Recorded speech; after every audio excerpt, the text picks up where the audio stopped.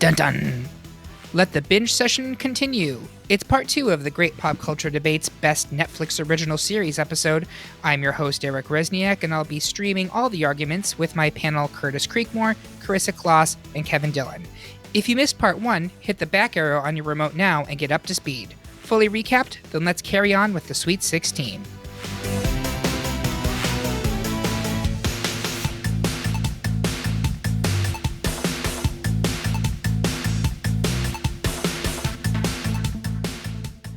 Welcome back to the Great Pop Culture Debate. We're moving on to round 2 of the Best Netflix Original Series, and we're going to start it up with the comedy titan, Orange is the New Black versus Sex Education. Carissa, please talk to me about why Orange is the New Black is important to you. Yeah, well, I think it's really interesting. It's kind of funny that you called it a comedy because I think by the end it isn't. It's really, for me, is kind of a drama show that gives us things that are really important that we need to pay attention to, but in ways that are really palatable. Because I think if we say the prison industrial complex, oh, this is a bad thing, but you watch the show and you see exactly what's terrible about running for-profit prisons. We get a cast that's mostly female, very diverse, very strong stories, and people that you're invested in, even though maybe they're not the most likable of characters. And I think it just shows us so much about the abuse of the system and all of the struggles that happen in there in ways that it gives us these stories that we're not seeing in kind of more personal ways. Yeah, and I agree with all of that. I think one of the issues that I had with the later seasons was it was never not funny. It was always entertaining, but it got so dark that as a viewer, I always viewed it as a comedy. And maybe that was on my fault because it's really a dramedy, right? But the season where Poussey dies during the riots, it was just so dark and so upsetting to me. I was like, I can't move forward with this. The last episode with her kind of in heaven, I thought was beautiful and really well done and moving. But that's when I had to check out, even though I love the show and I think it's really smart and incredibly acted.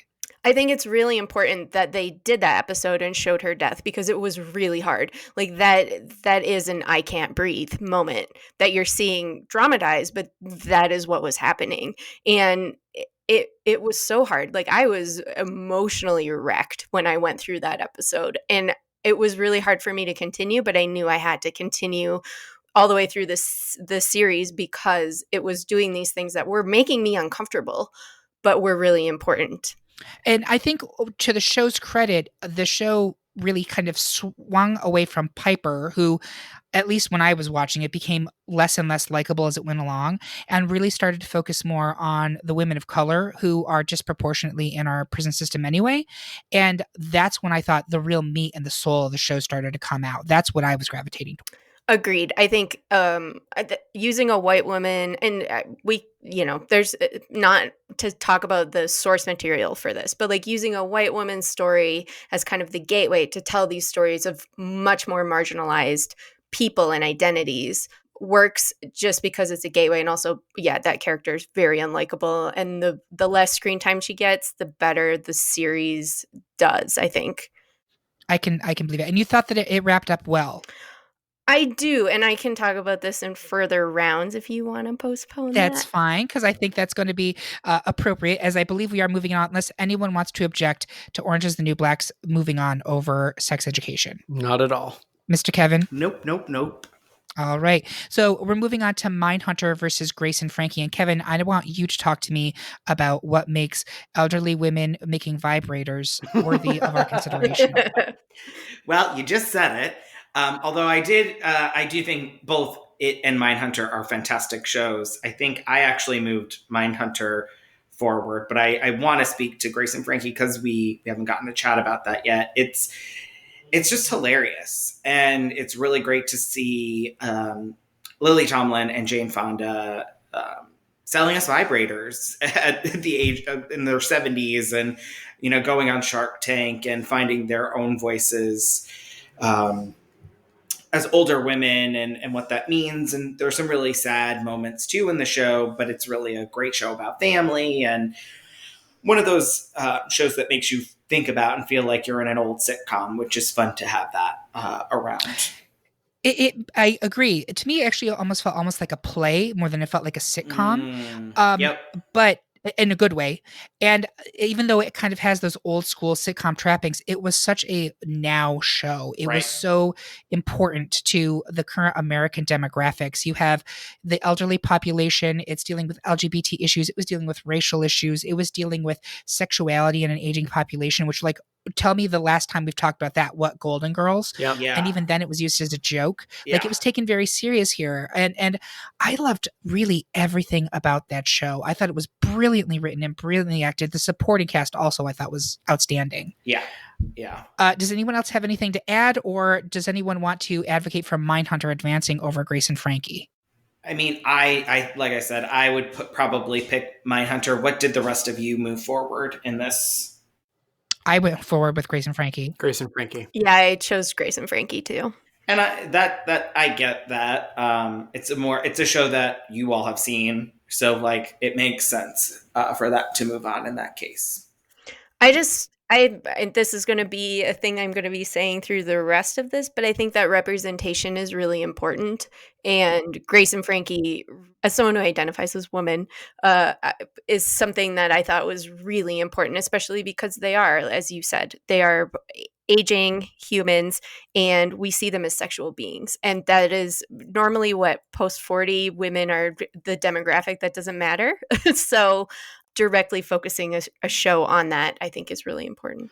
And Eric, I think you said that the Golden Girls pointed out sexuality in the later years as a joke, but I really want to point out the fact that that joke opened the door for a show like this to exist. Absolutely. Like, yes, Blanche Devereaux was a joke. She was a slut, and everybody really gave her shit for that. But that literally opened the door for Grace and Frankie to be people in their late 70s and 80s, still having sex and being sexual beings. And I appreciate the Golden Girls for that. Absolutely. And Blanche is one of my life icons. I want to be that 70-year-old slut. So I hope no one took any disrespect. I would never. Of course not. Of course not. Moving on, we have Unbreakable Kimmy Schmidt versus Sabrina. Curtis, talk to me about Kimmy Schmidt. You're making me flip. You're making me flip on my back. No. Tina. Just like Blanche. Just like Blanche. I mean, my drag name does include Devereaux because of Blanche Devereaux. But Tina Fey could shit in the middle of the street, and I would look at it and be like, wow. Like, 30 Rock was amazing. It was really, it underperformed. People I really don't think they understood it, but it was an amazing piece in and of itself. But Kimmy Schmidt was a little bit more palatable, where 30 Rock was more edgy. I could be a mole woman. That's when I watched this show, I'm like, I'm from Kentucky. Aren't? That's close. I know, right? I think I saw just a tiny bit more sun than the mole women, but it gave us so many amazing people. It brought Jane Krakowski back. She is one of my favorite actresses, honestly. Like, I know that she has hits and misses. She is amazing. Yes. And if you've never seen her on Broadway doing kicks and flips and splits, you absolutely should, because she is 40s and still very flexible. But it also gave us Titus Burgess as Titus Andromedon after Titus Andronicus. I never put that together before I really started looking at this, and that's a Shakespearean play. Correct. That character, black, extremely effeminate, extremely gay man, I don't really know if it existed before, and it blew the door off of, yes, it's a comedy, but we were all able to look at it and laugh and realize, yes, that person exists and is still super fucking funny. It's just such a good show. Such a good show. It is, and I have it going very far. I will say that it's an uneven show. The kind of middle seasons kind of peak and valley, and they valley quite a bit. True. But I thought the last season was great, and I think the first season is honestly one of the best comedy seasons Netflix has, period. I was howling at that show. Like, Pinot Noir was a moment. It's a bop. It's a bop, yo. And I don't think any of the subsequent ones were quite as good. But overall, I think it's a show, as Curtis said, it's very palatable, but it's also still really funny. And there were parts of it that were also, I thought, kind of challenging ways. I thought actually, I'm forgetting Jane Krakowski's character's name, Jacqueline. Jacqueline. Her storyline about discovering her Native American roots could have been seen as offensive by some people, and I will grant you that. But I also thought it was actually really funny. But you know what? And That's 30 Rock right there. That's the edgy piece that Tina Fey really was getting at throughout the entire series of 30 Rock. Like, she was digging in. It's like, yes, it's funny. It's not meant to be funny, but we have to laugh at it because that's the human experience. And that's what I really appreciate about Tina Fey's comedy. absolutely. And this fall coming to NBC, there is Tina Fey's Shit in the Street Box. So I know that you'll be excited. Wow. Oh, I thought that was Sisters. How dare you? How dare you? So we have to take it to a vote. Who would like to see Unbreakable Kimmy Schmidt advance over Sabrina? I would. Me. I would. I had Ozark here, but I would go with Kimmy. There we go. Great. All right. So next we have Russian Doll versus Tiger King. Very of the moment. Curtis, talk to me about Tiger King. I can't, Eric. Tiger King. So for those of you in 2024 who are currently listening to this podcast, we are currently stuck inside because of what is basically a plague, and everyone has nothing to do except watch TV and masturbate. Oh, It's true. And when they watch TV, they watch Tiger King on Netflix because they probably have the free, like, ad related part of Netflix. Somehow this nothing television show that wanted to be making a murderer but wasn't has become this. It has gripped the nation, really, and it is a nothing burger. We tried to watch the first episode, and we made it maybe 45 seconds before we were just like, this isn't for us. This is just another attempt to make magic happen in the same bottle, and Netflix couldn't do it, to me. But literally, this is a number 1 seed, I think. Everyone else who took this survey was like, yes, Tiger King, that's the thing that I want to see at the top, and I just can't agree with it. So I think there's a couple things there. Number one, Curtis, I don't think you're in any danger of being Joe Exotic's next husband. Number two, Are you calling me fat? I'm not sure what has happened here. No, you have to be straight. That's true. Oh. And you don't have to love have I men. have too many wigs. Exactly. But I think there's a certain thing called recency bias. And with this particular survey, I think Tiger King certainly benefited from that. I think if we did this again in 6 months, I'm not even sure it would make the ballot. In defense of Tiger King, I will say that, yes, it is a trashy documentary, but I think it's a self-aware trashy documentary. And I think what makes it compelling is that every episode you're like, this is fucking crazy. And I can't believe that real people like this exist. But then people who live in Florida or Alabama or Oklahoma Or who watch are Kentucky. like, or Kentucky, you're like, of course these people exist. That's my mom. Like, but for the rest of us, we're just like, oh my God, look at these trashy people. And that's what reality TV show is based on, honey. Like, it is America airing out its bloomers. And that's why I think it's popular. But am I going to say that it should be advancing over Russian Doll? No, ma'am. I'm not going to make that example. Will anyone else argue in favor of Tiger King versus Russian Doll? no. Well, congratulations, Natasha Lyonne. Once America's White Trash Princess, again, America's White Trash Princess. What was it? Uh, I want to be a cheerleader? Is that? yes, Yeah. exactly. Okay. Yeah. Slums of Beverly Hills. She's actually had quite the storied career. Good for her. And also a dalliance with hardcore drugs. So, you know, Mm. she and Joe Exotic have a lot of things in common. Also, So- she is in Orange is the New Black. Don't Of forget course. about She that. is. Of course. She's amazing in that show, too. Mhm, mhm. Next, we have Stranger Things versus The Witcher, and the rest of my panelists are oddly kind of over Stranger Things, but I will unapologetically put that one up there. I think Stranger Things is a really well executed show. It is, I think, the most popular Netflix program, and I think it has been that way since it launched. But beyond that, I think it is tightly written. I think it is tightly directed. I think it is really well acted, which is rare for a show that focuses primarily on children and teenagers. I think it's legitimately scary. Am I going to say that it's completely flawless? No, but I think it's tight. And I think that some people complained about season 3, saying they got a little far afield with the Russia stuff and the radio and the mall. I was totally in on it. It's all about the 80s, right? That was America in the 80s. The mall, the paranoia, the Red Scare.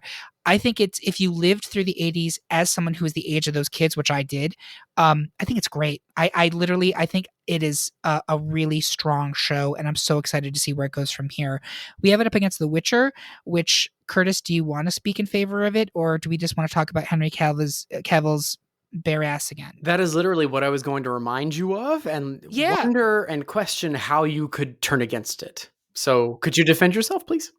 Because the internet exists and I'm able to bring up those gifs whenever I want. I literally do on my phone, not an exaggeration, have a web page that is nothing but gifs of him emerging from the sea shirtless, and I go to it when I'm sad. That's true, America. It's true. I can send you that link if you want. I will also say, I do think that at least the first season of the Stranger Things was fantastic. It was very well written. It's very nostalgic. And I was talking to my husband about this earlier, about how you would be drawn in by that because that is what you lived, and how I could see why you would choose that to move forward. So I completely understand it and agree with it. I just think it wore on a little bit too long. Even in how many seasons? 3, 4? Fourth is currently coming up. When 11 met 13 and they made 24, like I couldn't anymore, and I gave up. And I would much rather just watch Henry Cavill do literally anything. So that's why my vote went there. So you're All right, horny. that's fine. Okay, great. I mean, who's not? We're It's again inside, Kevin. What are you America doing? in quarantine. So we have to vote. Stranger Things, moving on, over The Witcher, say yay. Yay. Yay. Everybody says yay? Oh, Yeah. Stranger Everybody. Things over The Witcher. You know what? I'll even say yay. Yes. Okay, great. The next match we have is Glow versus Sense8, and I'm sorry, I'm going to talk again. Glow actually is my favorite show on this list. I did put other ones ahead of it in terms of what I think they should finish at, but I think Glow is a beautiful series. Has everyone here watched it in its entirety? Yes. I have. Yes, and I love it. I love agree. it. As soon as new episodes drop, I binge them. I can't wait. Like some other Netflix series I've dropped off on, or I pace them out. I tear through Glow, and it saddens me that it's only getting one more season after this, but I'm glad that it's going out on its own time. I think that the acting on that show is great. Like I love Alison Brie, but holy shit, Betty Gilpin is an Mhm. absolute dynamo on that Mhm. show. And I think looking at women and in this bizarre little kind of niche market kind of finding themselves, it's so empowering, and it's all about the women. There's one really male character, well, two with Bash, but it is about women and their relationships, and I think it's awesome. I love every moment of Glow, every season. Carissa, do you have anything to add to that? You talking about it like that just reminded me, I played roller derby for 4 years, and when I started watching the show, it really reminded me of what joining derby felt like for me, because it is a female community that lifts each other up and empowers them while also encouraging them to be strong. And it's you don't see it in the greater culture, but these little bubbles of it are just like really wonderful spaces to live in, and Glow lets us do that. Does anyone want to discuss why Sense8 should move forward on over Glow? No, I loved Glow. I spoke about Sense8 earlier, but I think Glow is honestly a superior show, and it was a lower seed, but it should move forward, even though I think I voted against it. We'll move Glow forward. I will say this on behalf of Sense8. I think it was a very ambitious show, and I love that Netflix did it without trying to do it on the cheap. And they committed to the Wachowskis' vision that ultimately cost them because it was so expensive and it didn't get the viewership I'm sure they were hoping. But one of the things I love about those artists is that they have really big ideas and they don't always land the plane. In fact, more often than not, they don't.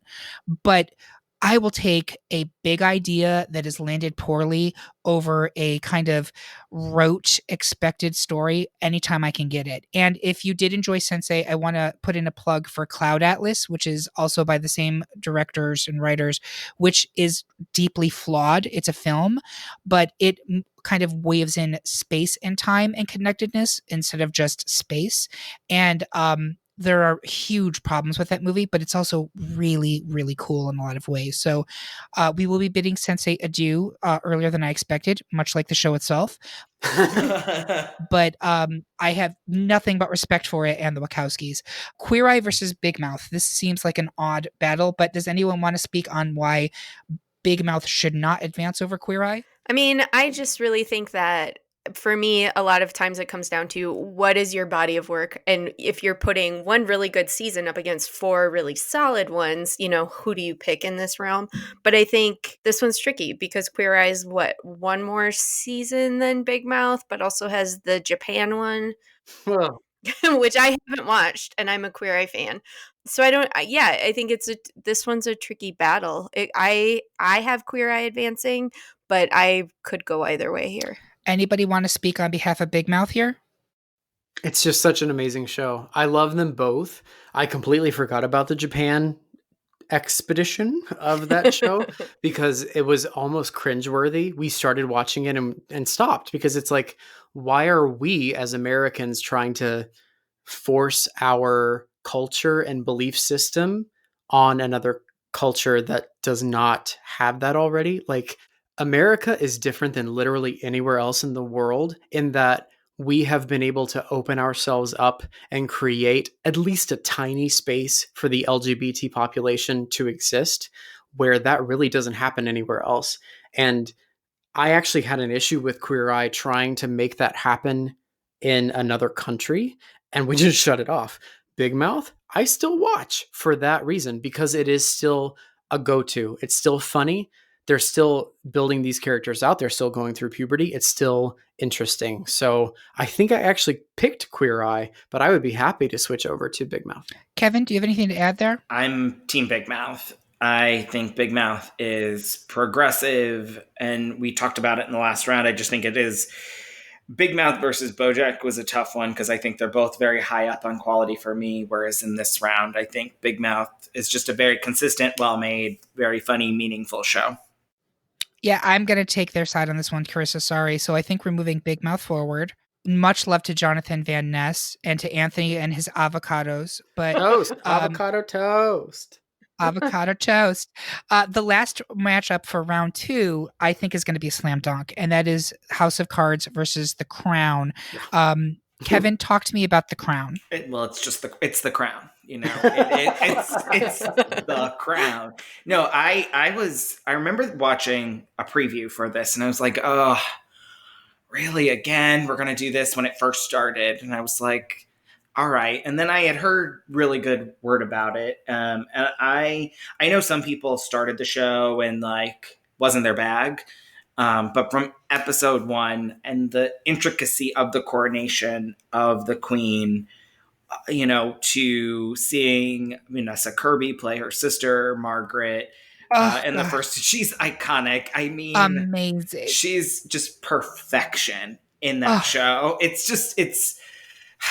And then what they do by picking people who are the actual age of they're trying to convey and change cast, that's very bold. That's very interesting, and that could have failed miserably, and it didn't. It worked really well, and you just really get to see insight into this family. It's almost like looking at a mob, a mob family. It is. I can't think of another show that's taken that approach, and someone correct me if I'm wrong. I'm sure I'll get comments on this, but I can't think of another show that is bold enough to every 2 seasons say, hey, we're completely recasting with people who are actually the ages that they're supposed to be. It would have to be British. Yeah. Like soap operas obviously will recast children or whatever, but I think it was really bold. I think it's an amazing show, and I'm sure we're going to talk about it more in round 3 because I don't see it going down House of Cards. Does anyone object to The Crown advancing? Nope. Kevin Spacey. There you go. There you go. Canceled. Canceled. The one thing I will say about The Crown is that I find myself disappointed that in the most recent seasons, the focus keeps coming back to Philip, and I don't really care that much about Philip and his male pain. I thought the episode with Charles going to his boarding school and the stuff with Philip's childhood entangled into that was brilliant, and I loved it. But man, I don't need to hear about how difficult it is for Philip. Although I think you can see the echoes between him and Princess Diana, and I'm sure we will be exploring that more once we get to that point in the history. But I feel as though the show does let itself down by not really fixating more on the women who I think at this point in history, at least, are far more impacted by that mantle than the men. And it bothers me that we keep having to, well, what about the men? Eric, the one thing that I will say is you have to have a villain in a show. Yeah. From a story perspective, you have to have someone to dislike, if not hate. And I think Philip might be that person. I'm going to be killed by the English government, just so you all know. MI6. That he's coming. If he can't flip his Jeep, whatever, again, like he's on his way.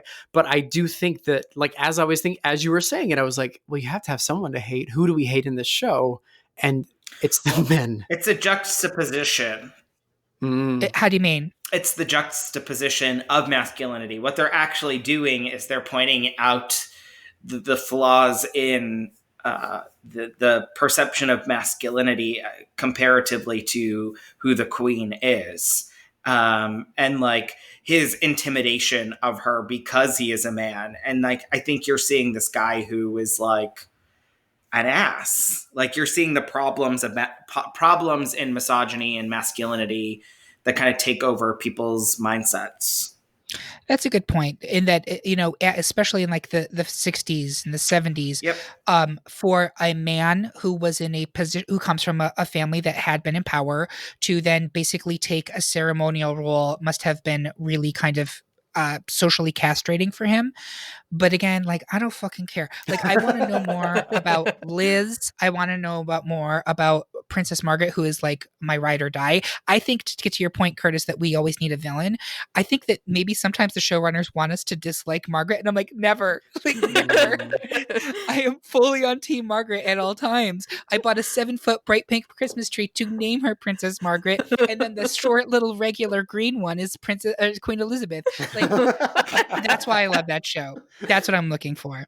But it looks like we have our top 8, and we're going to go right into the final 4 debates. So I'm going to start with the top bracket: Orange is the New Black versus Grace and Frankie. Who believes that Orange is the New Black should advance? I do. I do. Kevin, that was also you? Yeah. Yes. Yeah. Go ahead. I'm sorry, Carissa. Well, I actually would love to hear what Kevin has to say, since I spoke on this last round. I just think the reason I would advance it, they both have impactful. They both have an impact on different populations and very interesting stories. I would advance Orange is the New Black because while I'll be honest, I also stopped watching it. But I think what we had were some really powerful stories about women of color that you really you've never really seen before, or as many all at once, I guess I should say. Mm-hmm. And I think that's really what it is. And it really was a special show. It was one of the most successful shows for Netflix. I agree. So I'm also on Team Orange is the New Black. Curtis, are you acceptable that we're going to take out Grace and Frankie at this point? Absolutely, because it's an amazing show, and it was difficult to watch, and I came to honestly despise Piper as a character, but I think that might have been the point. Like, She was not a likable person, and her ability to go to prison, come out of it, and still not realize that she was a privileged person, really? Like, she had all of these terrible things happen to her in the final season, because I actually did watch it. Like, it was difficult for her, yes, but she still fought through it and still probably got some of the breaks that she got because she was a white woman. Like, she wasn't able to do the math and put it all together while we watch these other people of color continue to struggle in and outside of the prison walls. So it is an excellent show. It's hard to watch, but it's so good. Yeah, I don't think that even the producers and writers thought that Piper was a good character. Even by like season 2 or 3, you started to get that. Like they were like, she's an asshole. Yeah. Absolutely. I think season 1 had to focus on her disproportionately because of the source material. But once the show kind of got its own feet and whatever, then it was more able to explore the stories of everyone else who's there, which I think are far more interesting. Continuing with our final 4 decisions, we have Unbreakable Kimmy Schmidt versus Russian Doll. I personally would probably put Russian Doll advancing here. I love Kimmy. I would be fine to be voted out here. I'd be delighted, in fact. But I will hear arguments. Who's for Russian Doll? Who's for Kimmy Schmidt? Russian doll. Well, I have 0 dogs in this fight because which is a terrible expression, by the way. Because I have Ozark actually going to my final 4, but I mean, this comes back to what I've been saying before. Kimmy Schmidt is a full series, which tells you the full story, and Russian Doll has been really strong, but we're kind of like, what's going to happen? You know, kind of like what Kevin has been saying about how if it had been a contained season, it would be perfect. But they're not letting it be contained. It's moving forward, and we don't yet know. It might stumble. But Kimmy, we know the results. We know it's solid, and so I would move that forward. Okay, I'm willing to be persuaded. Is anyone else on Team Kimmy? Yes, me. Kimmy had like a U curve, not what is it? A bell curve. It started out really strong, and then toward the middle of the series, it dipped down a little bit. I wouldn't say a whole lot. I honestly, so earlier I said that Tina Fey could shit in the street and I would like watch and love it.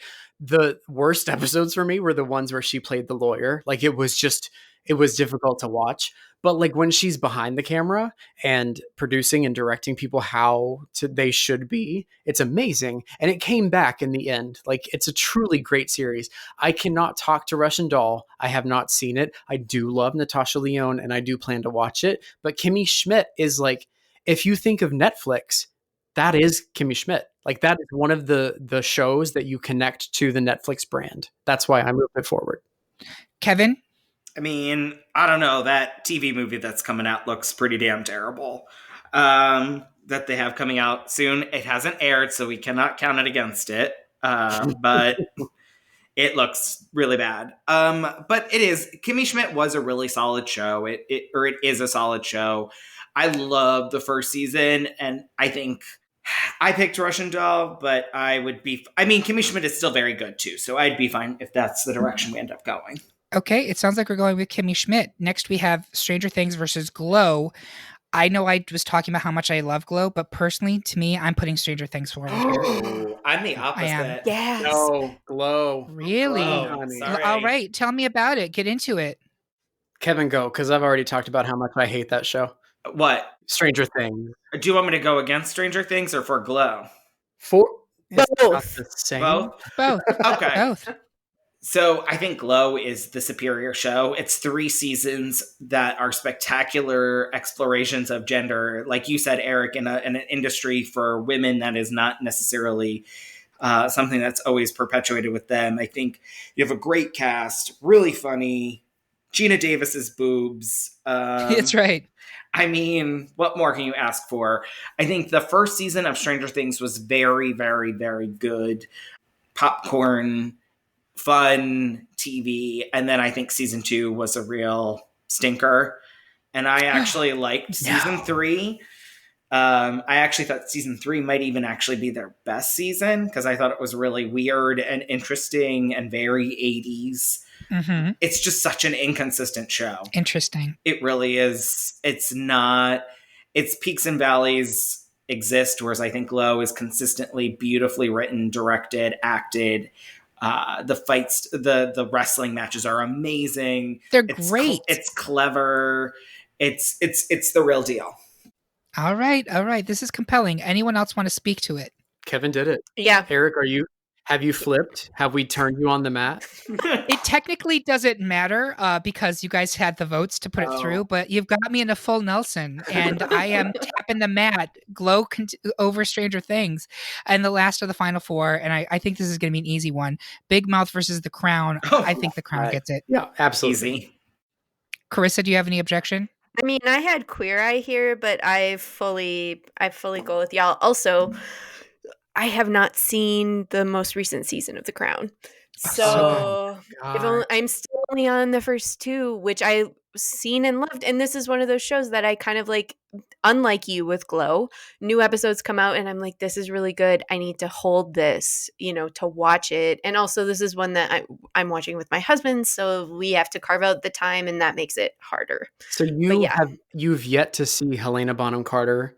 I have yet. Oh my God. I know. I'm excited. The Charles stuff is so compelling too. Like it genuinely is. The episode where he's in Wales, I thought was awesome. I agree. Yeah, definitely make time to watch it while we're all stuck inside. We will. I'm excited. Great. Well, we're going to take another break before we get to our final four to the winner. We'll be back in a second with the great pop culture debate.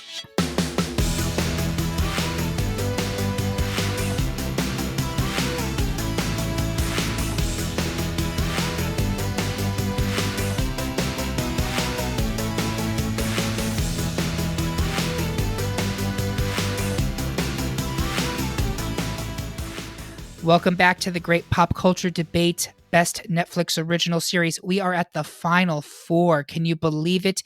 It's Orange is the New Black versus Unbreakable Kimmy Schmidt and Glow versus The Crown. One thing that strikes me is that these are all pretty much women-centered shows. I don't know if that's because it is three homosexuals and a lady, or if that is an actual reflection of the Netflix viewership. I don't think it's that far off, to be honest with you. I think Stranger Things might have made the tops if it was otherwise, if there were, more straight male viewers Tiger that King. were part of this. Tiger King for sure. Yes. But I think it's a great group in that final four, and I'm personally really pleased with it. So let's go to the first bout. Who here believes that Orange is the New Black should go to the final two over Kimmy Schmidt? That would be me. I do too.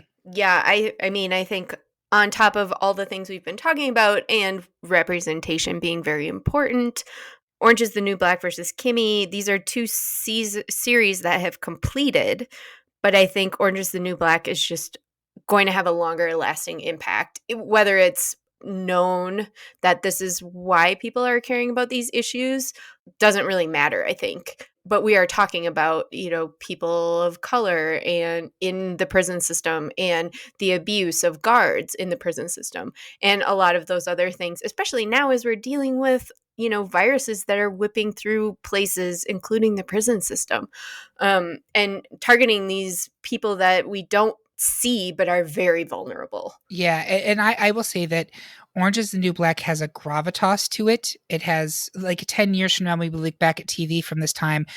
We're going to think, oh yeah, Orange is the New Black, that was a thing. Kimmy's a great show. I love Kimmy, but I don't think it's going to have the legs that Orange is the New Black does, personally. Agreed. I think Titus is an incredible character, but with Orange is the New Black, we get Laverne Cox, which is incredible. Like, seeing her on your TV is everything. It's true. It's true. Anyone disagree? No, I think that is the show that should move on. Curtis? No, I agree. I love Kimmy Schmidt, but in just our conversation here today, I really, my mind has been changed. Orange is the New Black means more than Kimmy Schmidt in today's climate. And even though the reason I voted against BoJack Horseman was because the main character was so unlikable and I couldn't find someone to cheer for, that's what happened for me in Orange is the New Black when Piper finally grated on my last nerve.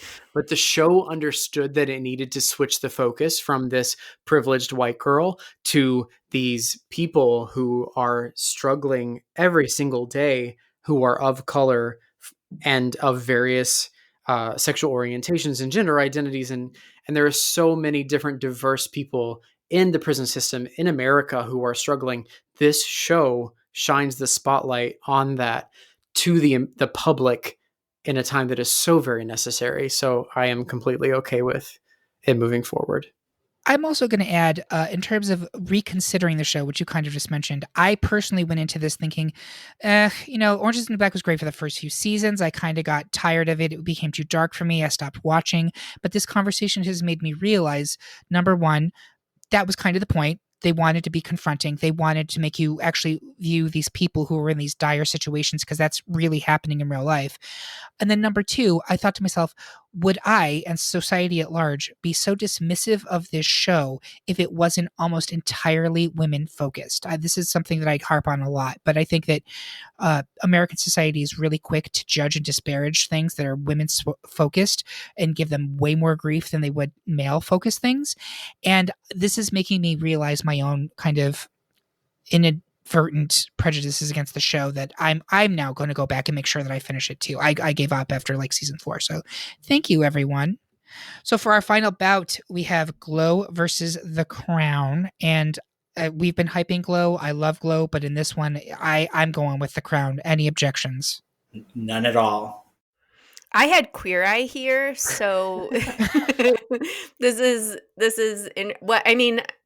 I don't really have anything to argue here because I love Glow. I've loved the first 2 seasons of The Crown. I have not seen the third, so that puts me at a disadvantage here. I think either show is very well done, tells a story that hasn't really been told in a way that isn't being told, and I would be fine with you all putting either one to the final 2. You really love Jonathan Van Ness, don't you? I do. I do, and I didn't even watch Gay of Thrones. I know. Gay gasp. For those of you Great who don't know gasp. what Carissa is talking about, go to YouTube and type in gay, Gay, of Thrones, and relive Game of Thrones through the lens of a gay man who is a hairstylist. And it's honestly a little bit better, at least in the last season. Like that, it's Doesn't worth take much. watching. On it, yeah. Mhm. Yeah, that's how we started. Jonathan Van Ness got to start through that. Make sure that when you're looking, you don't go to the actual porn Gay of Thrones, which I also own. or do. Honestly, Yeah. it's better. It's I can better. recommend. I can recommend. I it's good. But back to The Crown. I think as amazing Glow is, I think that The Crown again is one of those shows from a posterity standpoint that we're going to look back on it. It is so well produced, acted, written. Everything about it just says prestige, but it's not. Yes, it is stuffy. I mean, it's the goddamn British monarchy, but it's also incredibly riveting and moving. And you really get a lens into that world that there's stuff every episode that I learn about. Like I'm blown away every episode by it. And I'm so grateful that it exists. And I'm sad to hear that they only want to do 6 seasons and then wrap. I'm like, no. I need to see how they're going to be dealing with this whole Prince Harry and Meghan Markle thing. Cause I'm like, The Crown season 10 is going to be fucking lit. We have that going on. Charles has got the COVIDs. Like, I don't give up on me now. Maybe you'll convince them to add a few more. I'm happy to do it. I would love for them to attempt to go into the future and like Yes. guess what happens. Like Yes. Corgis in space. That's The Crown season 22. I did, Oh my God. I did not mean quite that into the future, but thank you, Eric. I do appreciate it. Does anyone have an objection, or is our final 2 Orange is the New Black versus The Crown? Yes. Those are our final 2. That's our final 2. So with that being said, we have to make a decision. The least important decision you will make today. I Orange don't is the know New about Black that, actually. That's true. Orange is the New Black versus The Crown, which is the best Netflix original series. Curtis, your pick. The Crown. Eric, I am honored to be the person that speaks first because you had to convince me to start watching The Crown again. I watched the first, I think maybe 2 episodes of the show, and it was so historical and so dry and so to the point that I really just gave up on it. I did not enjoy watching it. I didn't think that it was interesting enough for me to give it a second shot, and we moved on to something different. But you were like, you have to get past the first 2, just go back. And I did. And I'm now 3 seasons deep, and it is one of the best shows I think that has ever been made. I will go and say that. I know Kevin may argue with me because he's literally watched every show that has ever been made. I have not, but everything that I have seen, every show is like a little mini movie. That's how riveted I am as I'm watching it. I watch these people who exist, and it's not a documentary, but it's close enough that there are real facts that the media and investigators have exposed that have been turned into this just so interesting drama that I'm able to watch and I love. I think Orange is the New Black is an amazing show. I have talked relentlessly about why I think it is so good in shining a light on diverse perspectives, but The Crown is on the whole a better show. Carissa, your pick. I have Orange is the New Black. I had it going all the way from the very beginning. I think without this show, I mean, would we know Dasha Polanco? Probably not. And speaking from April of 2020, she is our current reigning Fug Madness champion. Long may she reign. Well, we'll hopefully just 1 year, but she wouldn't even be reigning had she not done the press junket or the finale tour for the final season of the show, which I think the show deserves a lot of credit for trying new things, because you get a few seasons in and then Pusey dies. Like, the spoiler alert for everybody. Spoilers, everybody, stop talking. Stop listening. Spoilers. Stop listening.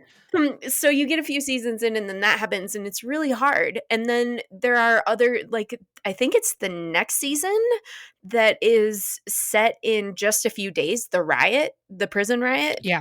Which is kind of incredible for a show where seasons span about a year or 6 months maybe, and then to do one season that spans like 3 days, and then to go back and do longer seasons. And then we see Piper, our much not really liked protagonist from the beginning. She gets released, and then she's dealing with all of the post-prison struggles where you find out all this bullshit, like you get early release, but you can't work late, and you can't work anywhere with alcohol, but you have to pay this much rent, and you have to show your pay stubs and all the shit that she's dealing with. And you're like, oh my God, can no one even get a break? And so it's not fun to watch, but I think it's important to watch. And I think the show deserves props for trying new and different things. All right, Kevin, your pick. I am The Crown all the way. I think it is. I actually do agree with you, Curtis. I do think it is it's easily one of the best shows of the last decade. It's definitely one of the best shows of the 2000s. What it's doing with regards to history and the royal family is fascinating. And it's it's like watching mini films. And it's really great and interesting to see. It's, I think, hands down, easily Netflix's best show that they have. It's so impressive, beautiful, and really, really brilliantly acted. I can't argue with my final two were that and Mindhunter. I think those are the two shows that really stand out for Netflix for me. Interesting. I also am team The Crown. I think I've already spoken at length as to why I think it's amazing, but it was interesting that you pointed out something, Kevin, that kind of made me think. I'm surprised that no one has done an American version of this show. Obviously, we don't have a royal family, but why are we not doing a presidential show? Why are we not doing a look at the Kennedys the same way that we did a look at the British royal family? Why aren't we looking at the Nixon household? Like, I personally am so much more invested in British culture, having watched this program. I want to know this about my own country. And there's so many elements, like when the terrible season 3 episode that I'm not going to get too much into because Carissa hasn't seen it yet, but that's set in the mining village. Yep. I had no idea that happened in real life. And I'm sure there are other examples like this in America that I would like to see unwrapped. By the way, total tangent, but I'm going to bring it up. Along those lines, if you're not watching Mrs. America on Hulu, I highly recommend it. It's a really fascinating delve into the women's liberation movement, which, now that I think about it, probably was highly highly influenced by The Crown.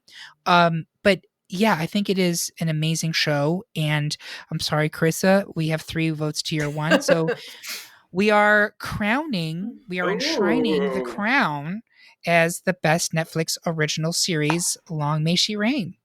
Long may she reign. Long may she reign. We did it, and thank you all for coming along with us on this little virtual journey. The next episode of the Great Pop Culture Debate will be starting in 3 seconds, whether you want it to or not, because that's the way Netflix rolls. And I want to thank my panelists for joining me today, and we hope that you all stay safe, and we'll talk to you later. Bye. Bye. Bye.